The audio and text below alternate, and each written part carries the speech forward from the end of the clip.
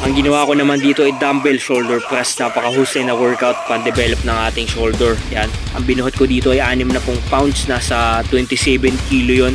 Naka-siyam na repetition ako. Kung makikita mo, dahan-dahan yung aking repetition para daman-daman ng ating shoulder. Yan. Quality.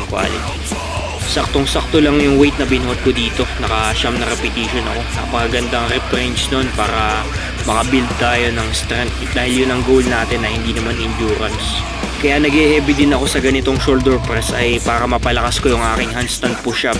Sa kasalukuyan ang nagagawa ko pala ang ay handstand hold. So yun, pang-preparation ko na rin ito sa ganung skill sa calisthenics. Saka yung sa planche yun, kailangan malakas din ang shoulder mo doon. Straddle planche pa lang yung nagagawa ko, kaya lang 0.5 segundo pa lang yun. Dito, inispatan ako ng aking magandang gym body para mapush ko pa yung pinaka-limit. Oh yeah, napakahusay na buhat.